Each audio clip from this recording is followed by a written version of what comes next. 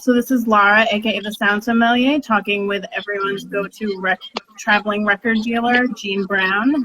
Gene, what's your earliest memory of hip hop? Let's see. Probably singing Rapper's Delight in kindergarten. I think I was kindergarten age when Rapper's Delight came out, and at recess, you know, we all gather around the swings or whatever, and recite Rapper's Delight to the best of our ability. So Amazing. I think that's about as far back as I go. Is that because all of you and your kindergarten friends, all your parents played it in the house, or?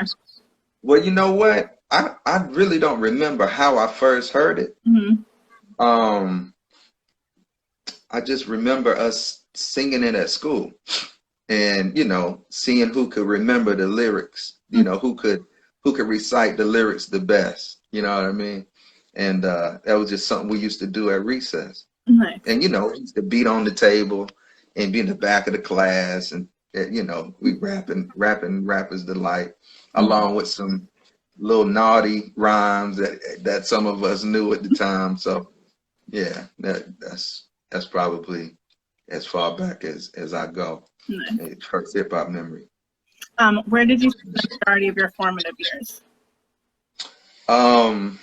Well,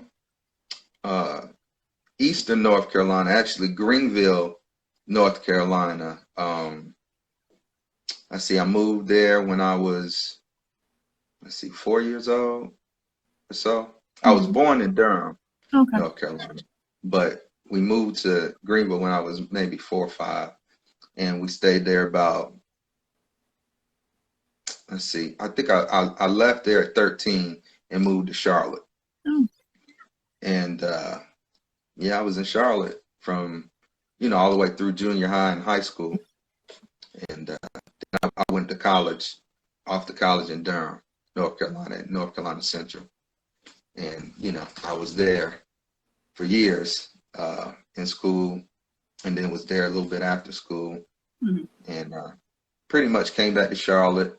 They moved to Atlanta for some years, and then ended up back in Charlotte. So that was pretty much it. On the music side, though, mm-hmm. definitely a little bit of Charlotte, and then mostly Durham, and in college, things kind of started to come together. But a lot of my early,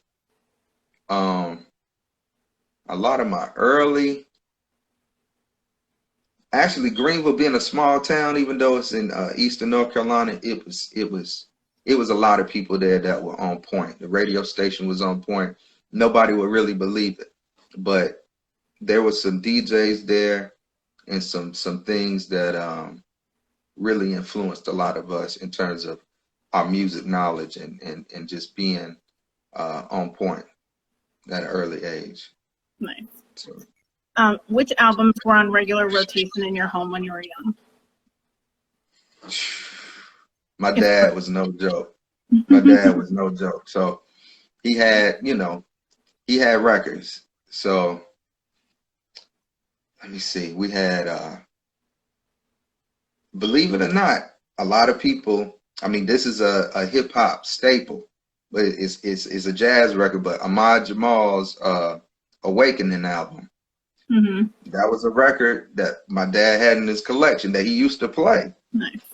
So that was a record I was banging that record. I was always into that record as much as I would be into it later for sampling or whatever. I was into it as a kid. I took piano lessons like maybe at the age of 5. I started maybe, but 5 or 6. But I used to try to play that record at home. I mean, it was kind of crazy. So Ahmad Jamal Awakening. I think the Best of Donald Byrd. What else did my dad really listen to that was played in the house? The Flamingos, an old doo-wop group, the Best of the Flamingos. We played that nonstop. Then you got the Best of Ramsey Lewis, Ramsey Lewis nonstop. Barry White's first 3-4 albums, and then the one with Playing Your Game on it. He played that constantly. Blue Magic's greatest hits. Delphonic's first album. I mean, Stevie Wonder, Songs in the Key of Life. What's another one that would be? Oh, Donny Hathaway. Donny Hathaway live and Extension of a Man. We listened to that nonstop. And then the Whispers, one of the early, well, not so early, but Love Story. Whispers Love Story album. So all of that. I mean, we was like nonstop. My dad was heavy jazz. Nice. But then, you know, the sweet soul. And my dad's in his 70s now, mid-70s. So, you know, he like the Flamingos and groups like that he was into also. So, you know, I got a wide range of all of that for sure. Oh, Roy Ayers. Don't let me forget. Roy Ayers Vibrations album with Searching and all them joints on it. So yeah, it was a nice amount of joints and that was every day. Every day. When he got home, and then it got to me sneaking in his records and trying to sample them and doing Paul's tapes, trying to make beats. And I was in the rap group. My one of the members in my group lived some blocks up the street, and I was sneaking the records out to take to his house to try to make beats. And my dad caught me. I was just gonna say, you ever get caught? Oh man, I slipped up and was careless and left one of the records out of the cover. And left it at my boys, and I think I mixed it up and put one of his pops records. But I never forget, it was the Barry White joint with Playing Your Game on it. My dad went to listen to it one day, and it was like, hell no, that's it, you know. But you know, we laugh about it now. Nice. Yeah. Do you recall the first record you bought with your own money? First record I bought with my own money, if I'm not mistaken, and this is funny, the record isn't funny, but the story behind it, I think it was Let's Get Serious, Jermaine Jackson, Let's Get Serious. I may have been 5 or 6, but I was known as this, you know, this great dancer. To my family, like not just my immediate family, but my family, you know, at the family reunions and stuff. So, you know, I used to break dance. I was in crews as a little kid, and you know, I thought I was serious. So the family reunion, they would have little times where they would let the kids like dance, or depending on where it was, where they had it, they had the Elks Lodge, or they had a American Legion building. They would have part of or a church, and then they might have a stage, and then they will always like try to make me dance. So this is the part where it get crazy. So I don't know, whoever the DJ was, they played Let's Get Serious. And so for some reason, I just felt like the way my moves were flowing to that song, it was like, I remember after the reunion, you know, we going home. I think the reunion's like 5 hours away from where we live. I was just thinking about, man, I need that record, because I really need to do what I was doing at the reunion at the house. You know what I'm saying? So I talked my dad into going to buy Let's Get Serious, because I needed it, because, you know, something came over me when they played that. You know what I'm saying? So yeah, that's that story. I think that was the first one. Nice. Do you think being a former MC and producer gives you an advantage when digging through hundreds of records? Yeah, for sure. Because, you know, when you're young and you're doing it, I mean, I knew I had a passion and a love for it at an early age. I can remember, because I was an athlete early. I played all sports, baseball, basketball, football, but basketball ended up being my main thing. But all my boys, you know, we playing ball, but we were tight. So, you know, I want to go to the record store, whatever. And after an hour, you know, everybody's like, yo, and I would be in there 4 or 5 hours. And so it was the discipline. It was what the time I was putting in it. Mm-hmm. And so putting that time in, it just really, you know, I just developed a certain type of patience that you need to have to acquire the knowledge that you need for the various genres and just being able to absorb all that music. And, you know, I had a really, really, really good memory. So that always helped me, yeah, for what I'm doing and what it evolved into. So being an MC, you make beats, but you always make beats thinking about a rapper or a vocalist, because you're a vocalist. So it's, you know, it's a lot easier with the beats when you do vocals also, because you already format things in a song, you know, in a song mode for you know, for the vocalist. So digging for these records, producing, writing songs, because, you know, anybody that knows me well, that was you know, we worked together, or friends of mine from back in the day, they'll tell you when I say this, they pick on me all the time, because any beat that I made, pretty much I wrote a song to it. So they'd always laugh when they want to hear something. It's like, yeah, I know that one's for you. I know that one's for you. You got anything that you know that I can get on, you know what I'm saying? But you know, that's what it was. So when you fast forward past to where, you know, I wasn't really doing beats and wasn't, you know, performing or writing as much, I did it all, you know what I'm saying? So each producer that I get with, I kind of already know what they're going to be into, because I did it, you know what I'm saying? I did it for however many years, 20 years or whatever, you know. So definitely an advantage. Definitely an advantage. If I wanted to hear one of your rhymes or some of your production, where would I find it?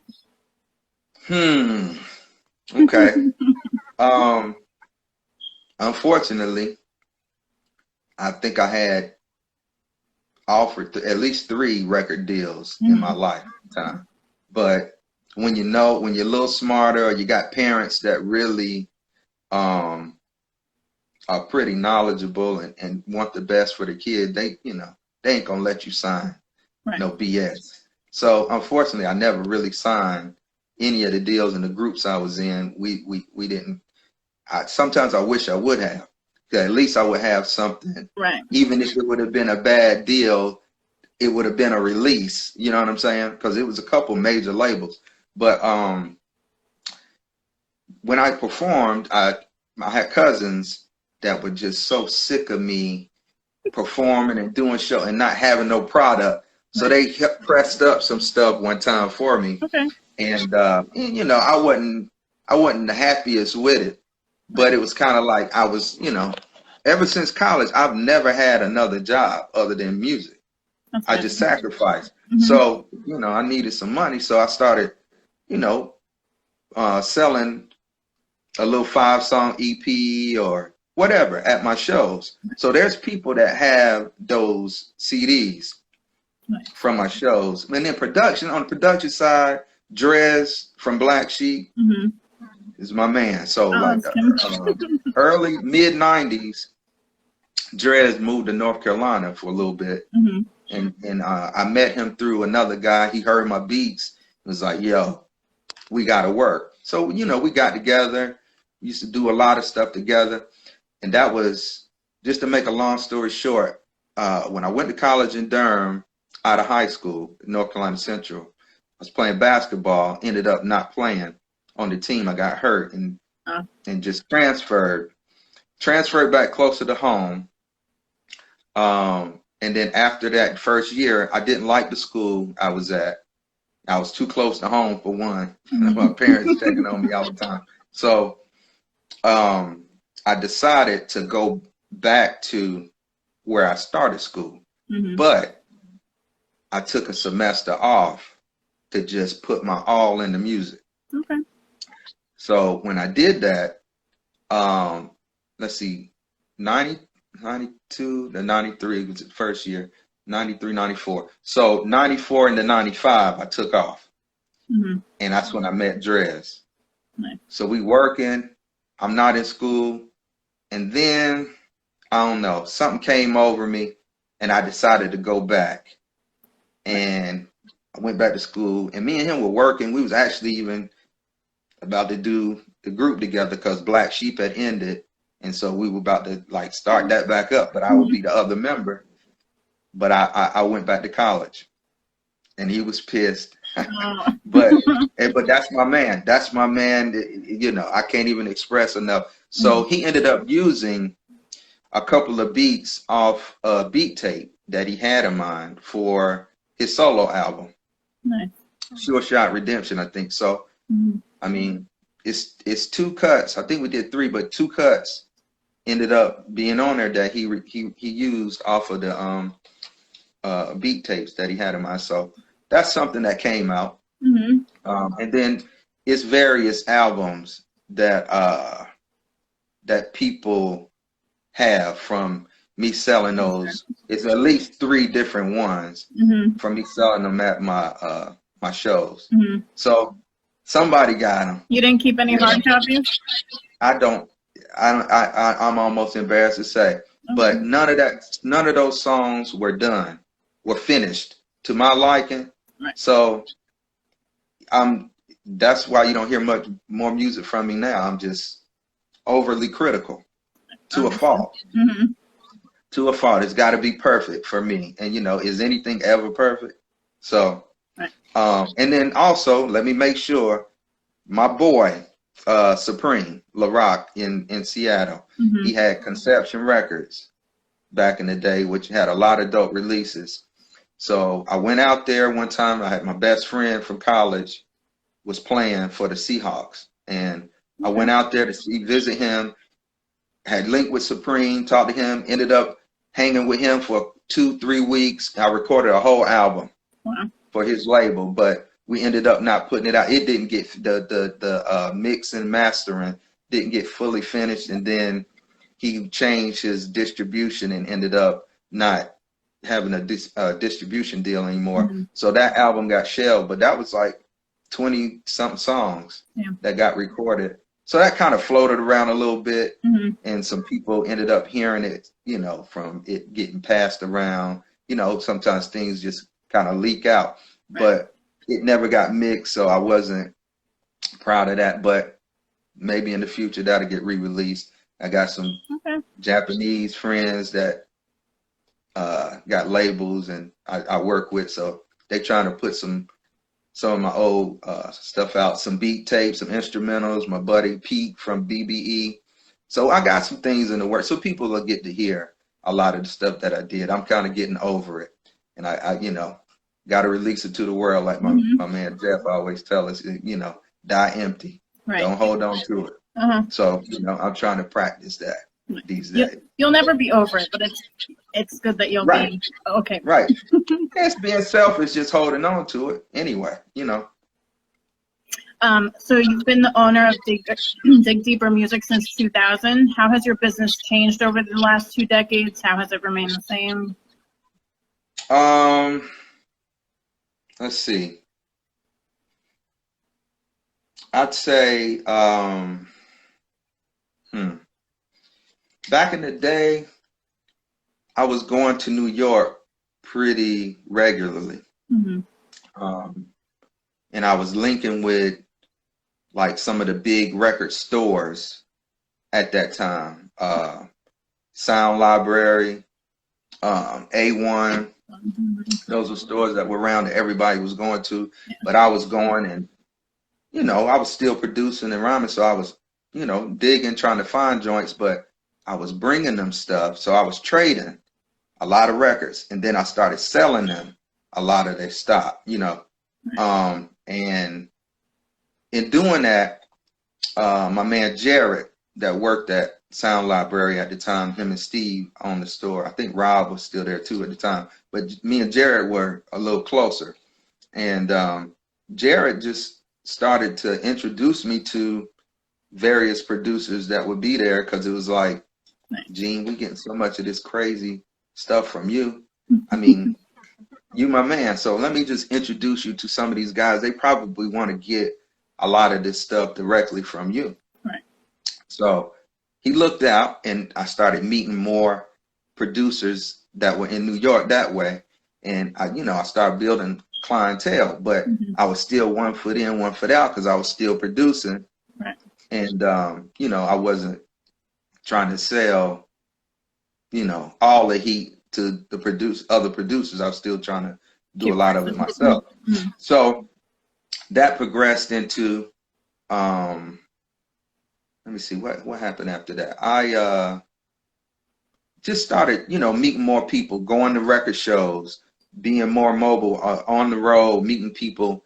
And I remember my man Lynn Funk and Craig. They're from New York, but a lot of people know Lynn Funk, because he's been like instrumental in a lot of people's careers, a lot of producers. And Lynn Funk, I met Craig, my man Craig, in Virginia. I think he came to North Carolina to a record show. He's a record dealer, so he set up at the show. I met him, talked to him. He was like, "Yeah, I do a record show up in Richmond, where he's from." I said, "Oh, okay, cool." So eventually, I go to his show. I meet Lynn. They were like high school or childhood buddies. So, Gene, it looks like Len's in here. Oh yeah. Lindsay. Okay, what's up, Lynn? Yeah, that's my man. So Lynn Funk, and Craig. Actually, Craig Williams is his name. Craig Music, Craig Williams, people call him. But Craig is Mondo from Boogie Monster's older brother. So a lot of the beats and the records that Boogie Monsters was using for the album that they did kind of came from Craig, because he was Mondo's older brother. Right. But anyway, so Craig and Lynn, matter of fact, when I went to Richmond and started getting with them, they were like, "Gene, some of these records that you bringing up here, bro, they crazy. I mean, we gonna do a show in New York real soon. So you might want to try to come with us and sell, like bring some joints to sell." And I'm like, "Man, I ain't no dealer like that though." Like, I was afraid to set up at the show. I'm like, "I don't know about that." He was like, "Trust me, man. Just bring one box and just see how it go." I'm like, "All right." So I came up early. I think I came the night before or that early that morning. I can't remember, but had to be the night before, because we had to be at the show early. Right. So I rode up to New York with them. We set up at the show, and I had one box, and they had a couple of tables probably. Okay. So I set up with that one box and sold the whole box. Like, it was still hours left in the show, and I was done, and they looking at me like, "We told you."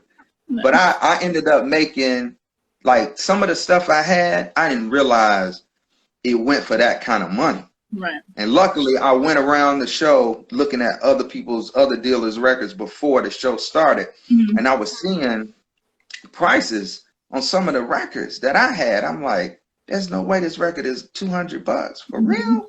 And I had the record. I had another copy at home. You know what I'm saying? I was like, okay.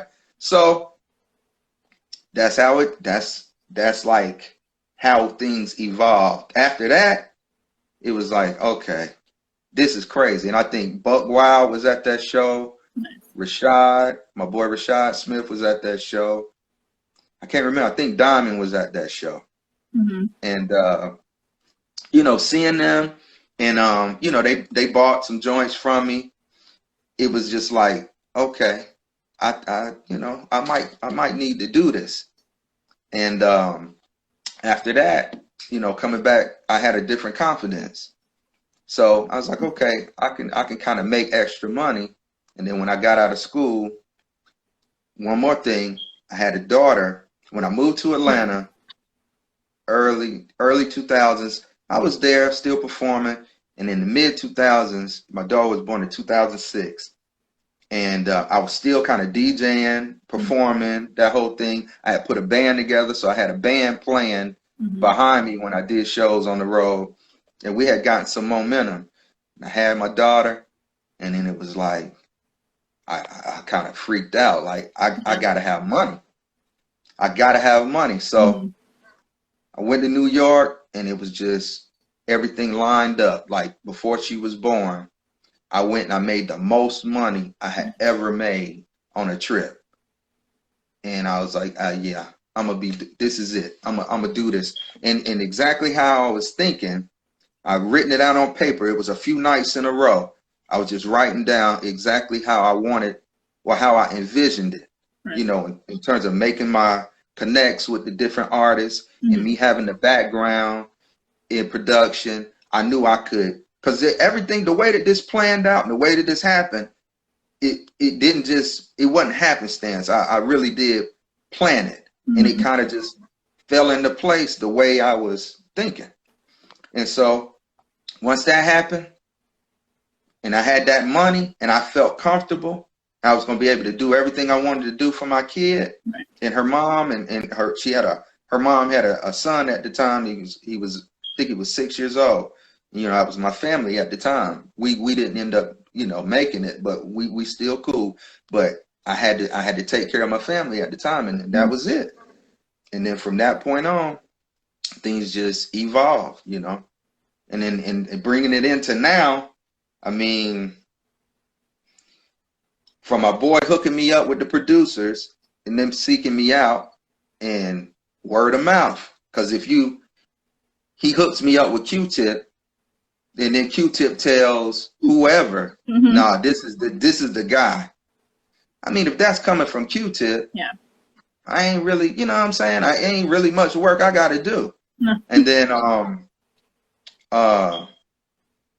meeting Finesse from, you know, Sound Library, and Finesse, just, you know, I don't know, just cool dude. Yeah. So, you know, getting with him and him finding joints and always linking with me, wanting to get joints, you know, it just gave me the confidence to know, you know, I was good. And then I started doing pop-ups, and I got to shout out Serato, the guys from Serato, because they always looked out and was like, yo, Gene, if you come to New York, just set up at the Serato office. And so I started doing that, and I started doing pop-ups there.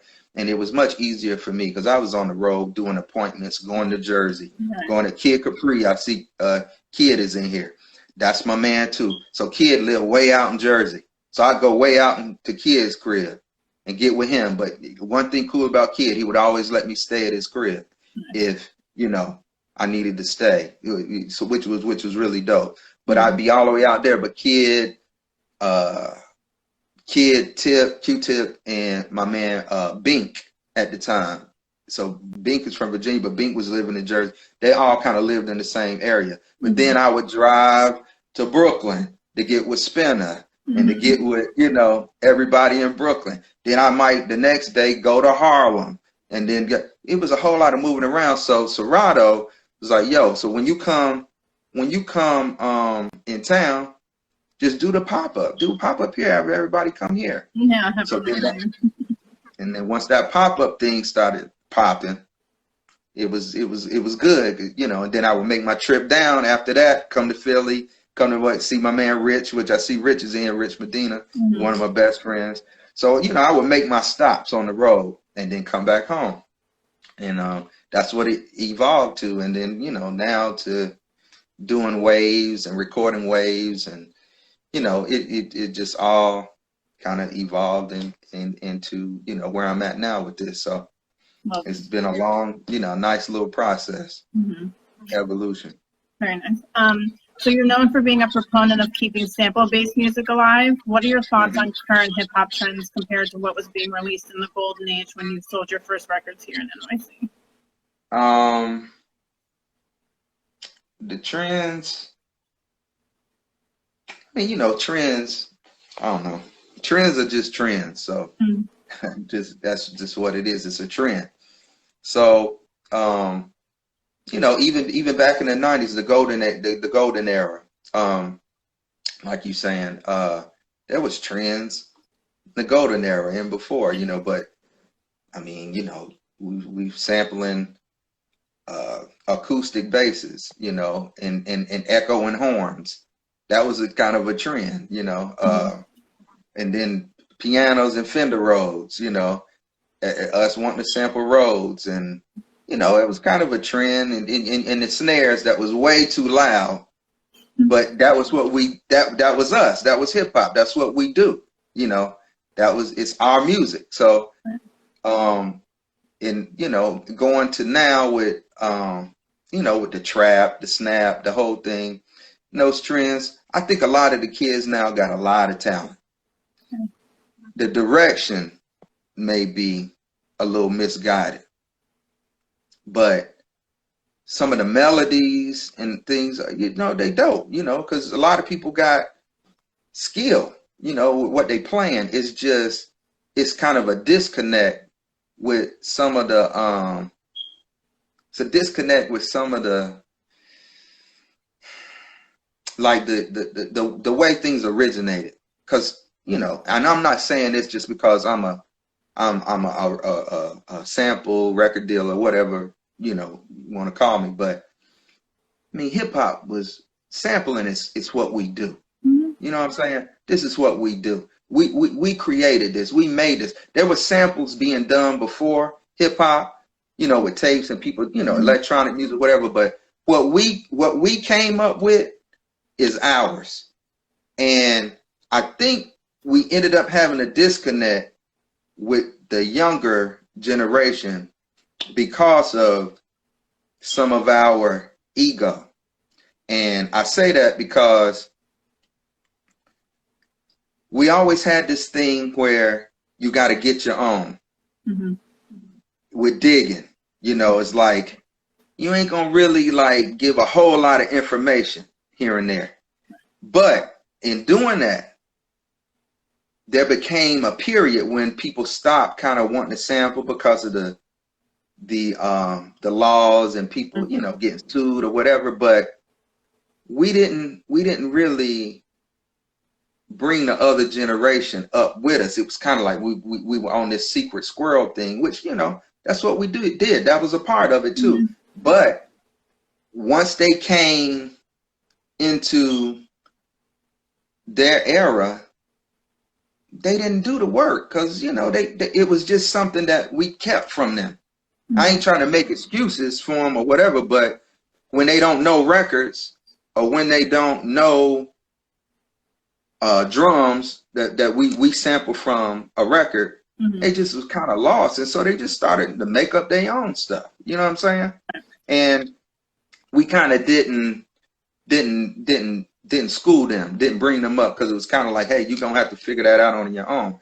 That ain't the only reason, but there was also, because see, when I started, like, people, whether people know or not, there are a lot of people in this live that I'm seeing some of these names. They know the deal. They heard the beats. They heard the rhymes. Because people now probably think that it ain't, but I wasn't no joke. You know what I'm saying?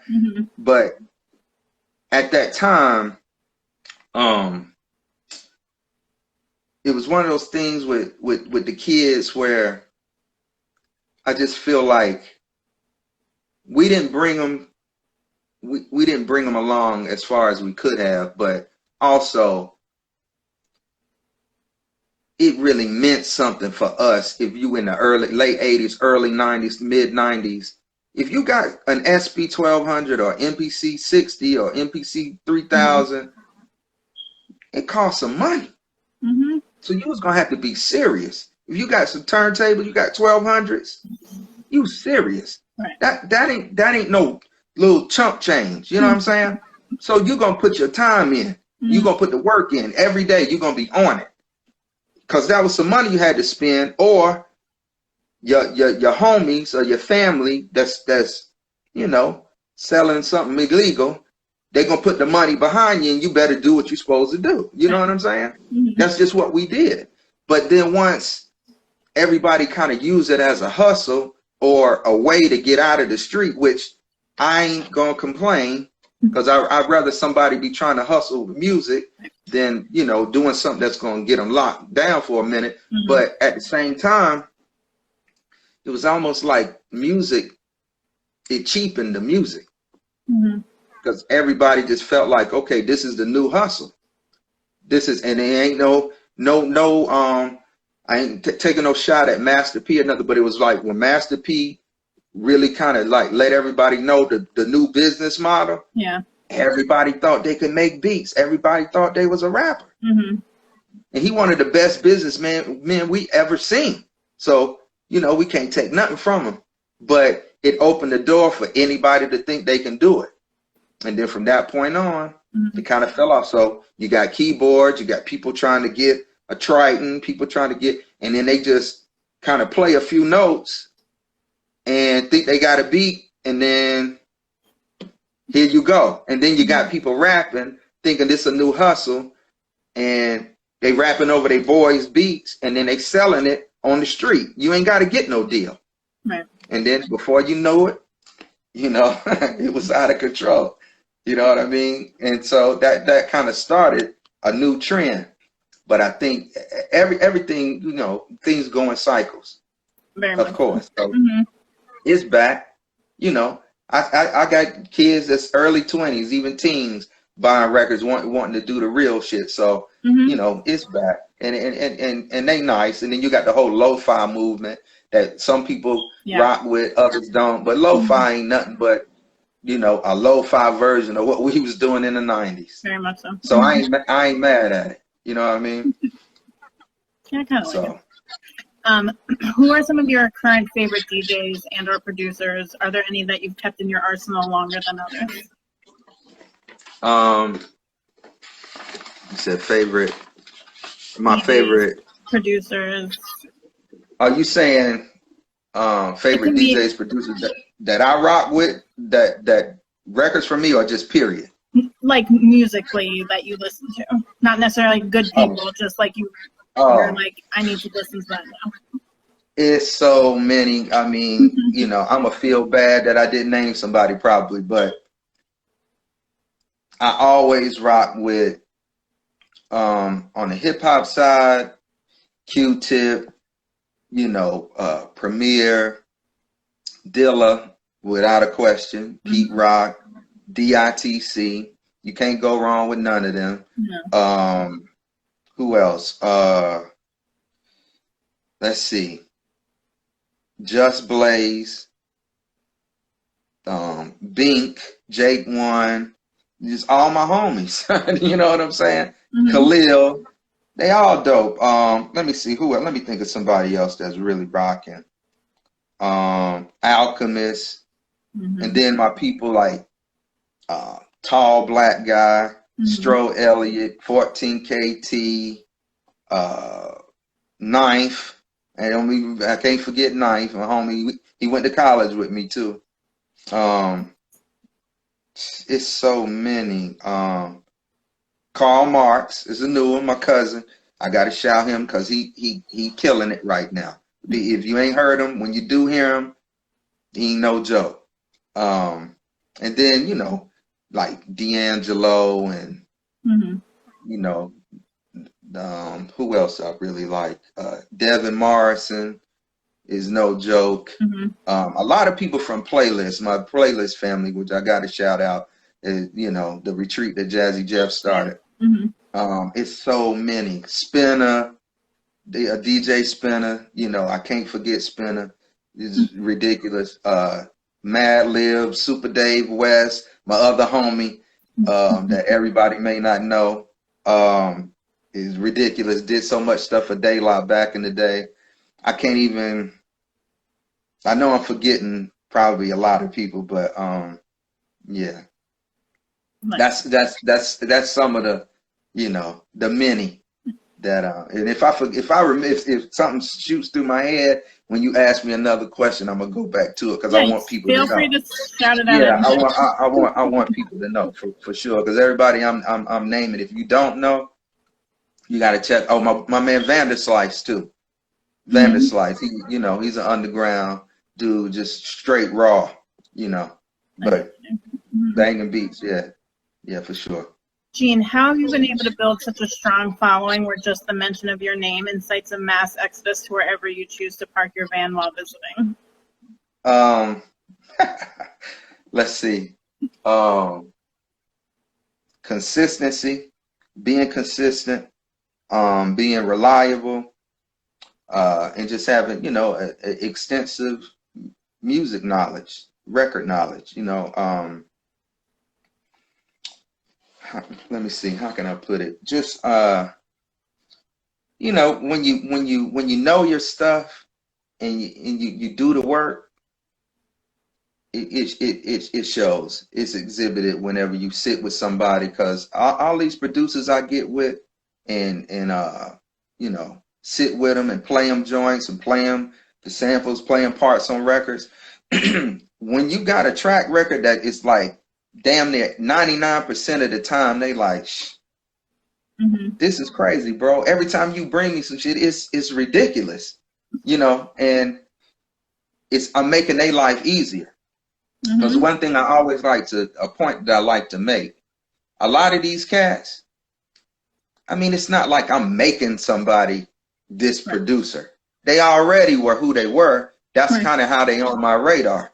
You know what I mean? I might make it easier for them or make some of these beats better because it's better samples, but they are already who they are. You know what I'm saying? I hate people that think that I made somebody. You know what I'm saying? I've helped a lot of people along that, made it easy and helped them along and to further their career with certain samples that, I found or whatever. But yeah, you gave the assist. Gave the assist, you know what I'm saying? It's up to them because they could surely excuse my French, but they can fuck it up. You can have the best sample in the world and put the worst drums with it. You know what I'm saying? And it ain't happening. So yeah, just the consistency, I would say, and just the good relationships, building relationships, a little bit of that Southern hospitality. I think just friendly, and to the point where people just like to have you around. You know what I mean? I agree with that. And yeah, because I'm a cool guy. That's what I heard before, at least. That's what people say. I believe it. Jean, where are the best cities to find quality collections? I don't need to. No, I'm just playing. I don't care. You don't have to give me stores. I just mean no, I ain't gonna say. But no, for real, to be totally honest, a lot of people ain't gonna believe this, but New York. It's so many records, so many people, the labels that's been New York forever. New York is crazy. But you just got to know the right people and you got to know where to go and you got to build them relationships to where people want to take you. You pay them right. Oh, they'll take you to their homeboy. They'll take you to their cousin, they aunt. Everybody got records. You know what I'm saying? And, it's like that. But New York, Pennsylvania is crazy. Portland is crazy. Canada is bonkers. And then the South, I mean, you're gonna find things in the South. I mean, I have no problem finding it's really wherever I am. If I spend a significant amount of time in a state or in a town and I'm doing my thing, I'm a find it. I'm gonna sniff it out. So it's just putting the time in. You know what I'm saying? That's pretty much it. So you've been called the record pimp, record dealer extraordinaire, and the dude with the golden acetate archive. You must have some stories. Can you share one or two that stand out, which reaffirmed you made the right career choice? Okay. let's see. Some of the stories that I would say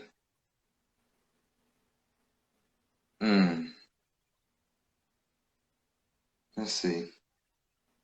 Well, the New York show, that would have definitely been one of the stories that Right. with Lynn and Craig. But let's see. Let me know I made the right career choice. Well, when I met when Jared from Sound Library linked me up with Q-Tip, I think I met Tip on a tour. I met up with him on the tour. It was before the Renaissance. I guess the album before that. And I remember, I think he came to North Carolina, and we had talked. You know, we've been talking for some weeks, and I linked with him early that day. I think he was in Greensboro, and you know, we got together, got on the tour bus or whatever, and he was like, "All right, bro, so what you got?" And we sat down, and I started playing joints for him, and it was blowing his mind every time I was putting on a joint. And then I started to see, because you know, Tribe always been one of my favorite, if not my favorite, in my top 3 groups. So it just kind of was, and Tribe's my favorite because it was more similar to what I was doing at the time, trying to do, you know. And you know, again, it's because you are what you eat. So my dad having all those, you know, jazz, the Donald Byrds, the Ahmad Jamals, the Roy Ayers. I mean, of course, that's what I'm gonna be into too. So the beats I make gonna sound similar because that's what ended up, you know, being Tribe.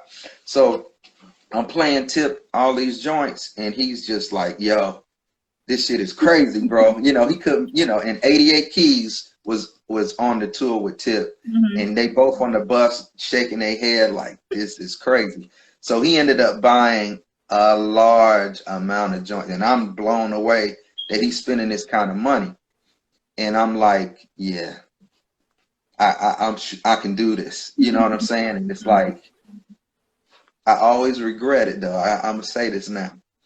I was still making beats, but I had to bring certain joints just in case he wasn't going for my first little string of joints. So I had my backups. I had, you know, and it was like, play some more joint, play some more, play. And I just didn't think he was gonna go for that much stuff. So I went through my whole bag, and he bought the majority of the bag. He bought every single thing, but he bought the majority of the bag. And it was joints that I feel like I should not have sold. Still to this day, I think back like, shit, I should have kept.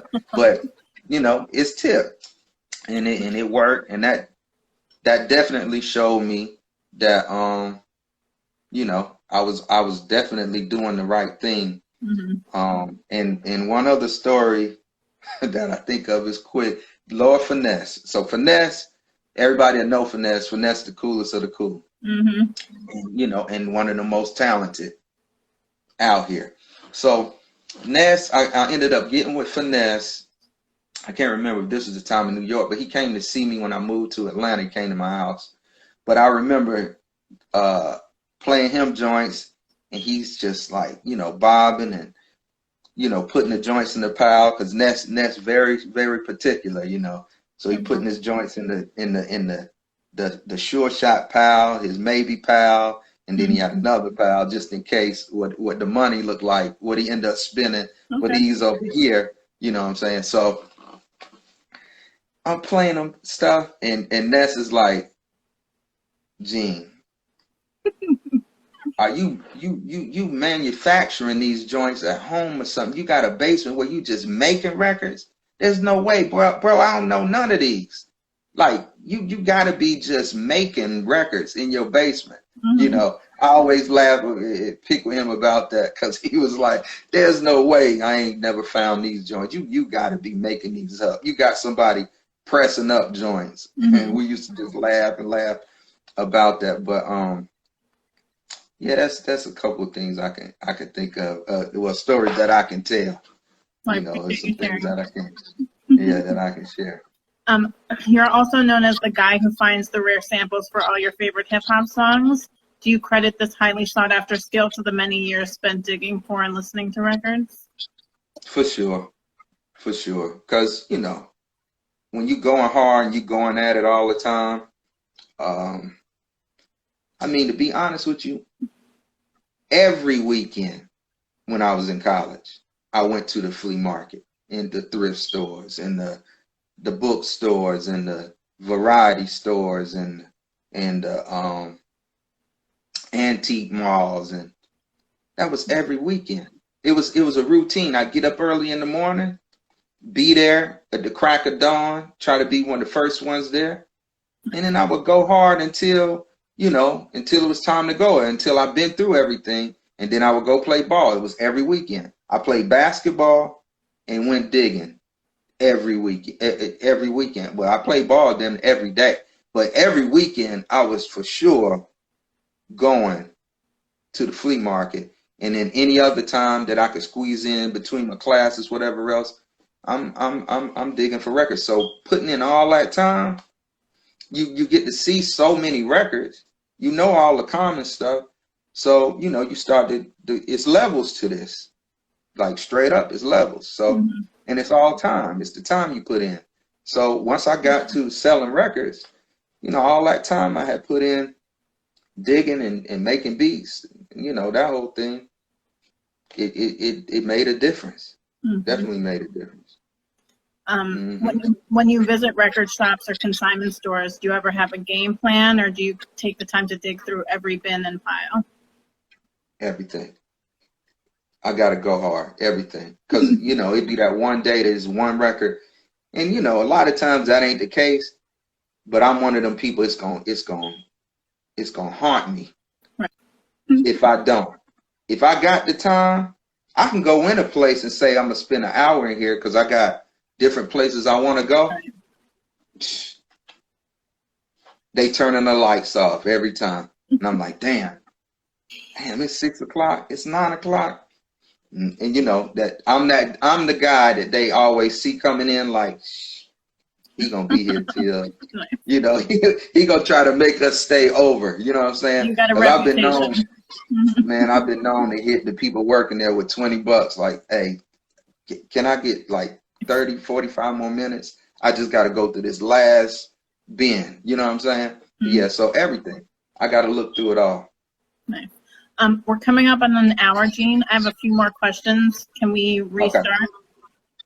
I'll restart the live and invite you again. Okay. No doubt. Be back in a second. All right.